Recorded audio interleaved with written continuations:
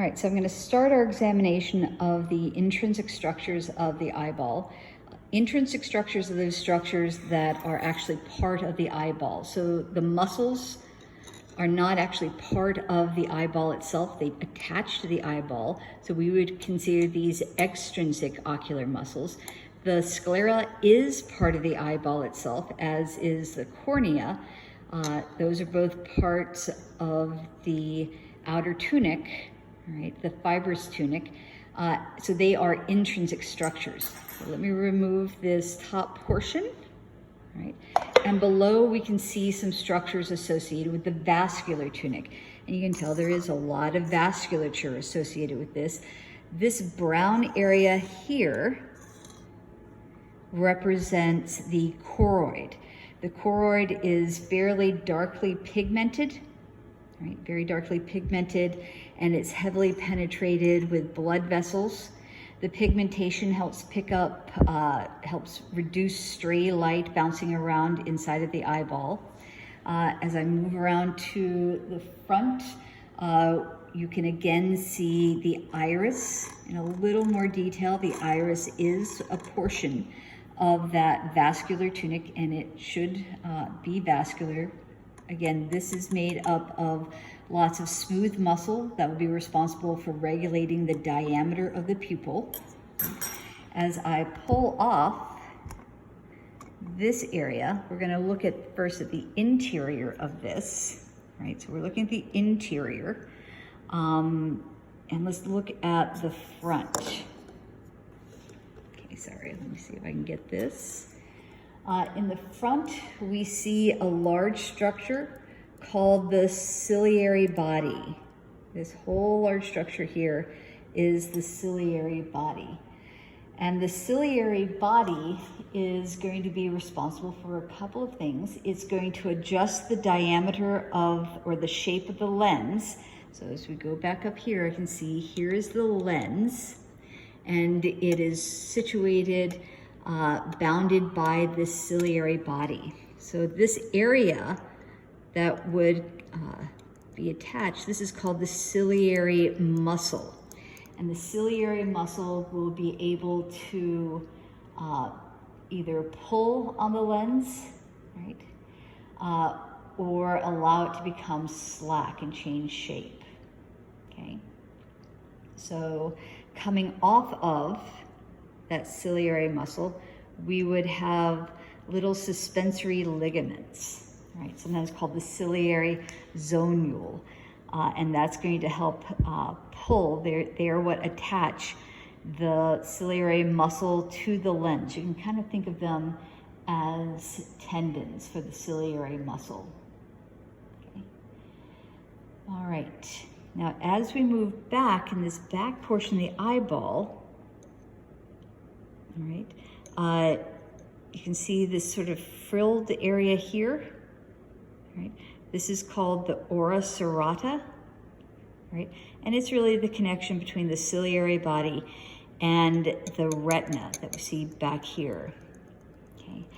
The ciliary body is also, I keep moving it around, the ciliary body is also responsible for producing liquid that's going to go into the anterior chamber of the eye. So the anterior chamber is going to be anything that's in front of the lens, and it's going to be filled with fluid called the aqueous humor. So that is secreted by the ciliary body. Right. As we move back, you see, if you look carefully in our model, the outer reddish looking area and the inner sort of paler area. The outer reddish is representing the choroid. This inner paler area is representing the retina. So the retina actually begins here, right at the ora serrata, and it will go all the way back and end here, right as we go into the optic nerve. And again, we have the central artery and vein of the optic nerve that then spreads out to form a lot of arteries and veins that serve the retina. In fact, this is one of the few places in the body where someone could look directly into the eye and check the health of arterioles. So you can look in, you can actually see the arterioles. If you've ever had an ophthalmologist inspect the interior of your eye, that's really what they were looking for. Okay. So the retina is going to be where we have the photoreceptors, right? So this is where light is going to be picked up, and that information will be transferred into the optic nerve. Right. So I'm going to come back up here. Behind the lens, this area, this large sort of glass or plastic piece is representing the vitreous chamber, or the posterior chamber, and it's representing the vitreous body, which is a very jelly-like material that has pressure to it and will help maintain the shape of the eyeball. Right.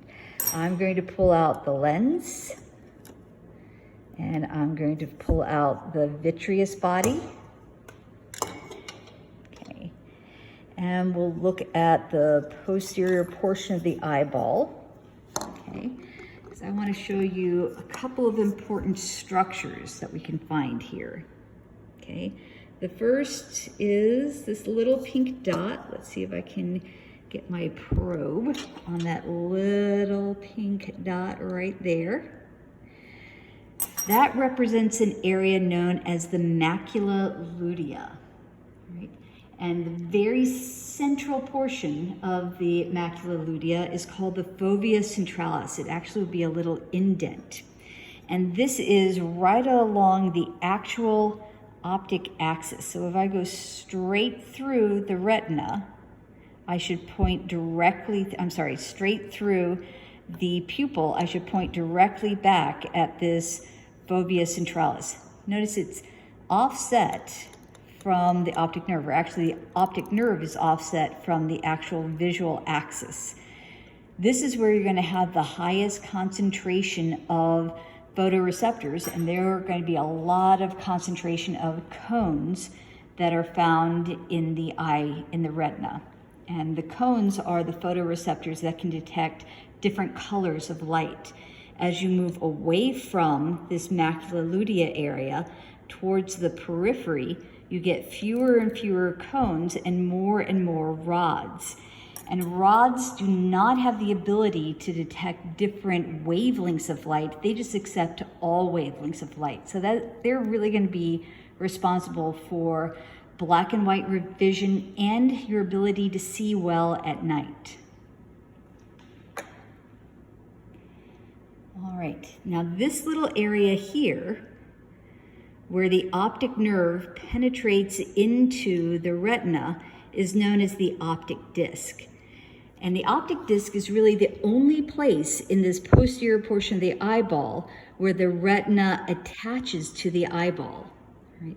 That's why it's fairly easy to dislodge the retina, and when that happens, you might get small sparks of light or a blind spot temporarily, but hopefully the detached retina will reattach and you'll get normal vision once again. Okay. But this is known as the optic disc. It does not have any photoreceptors, so it's also responsible for another phenomenon associated with the eye, and that's known as the blind spot. All right, so I think we have covered most of the structures associated with the eyeball. One that I did not cover was the conjunctiva.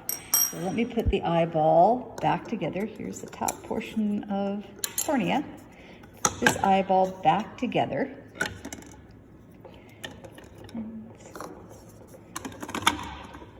Okay. So the conjunctiva or conjunctiva is a membrane that lies on top of the eye itself.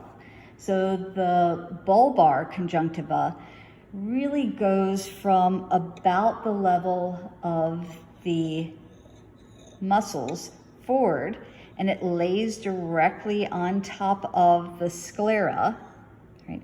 And then the interior, right, we'll coat the interior of the eyelid. So this is an area here that we would call the palpebral conjunctiva, right? There's a really good picture of this in your lab manual, right? And this is what will provide oxygen to the eye, okay? The conjunctiva has blood vessels, and so if you have any irritation or inflammation of the eyeball, a lot of times you see a redness. That's going to be inflammation of the conjunctiva, or what you also would call conjunctivitis, or you might call that pink eye. All right, so I think this does cover all aspects of the eye. So let me put our eye back together so we see our final eye model.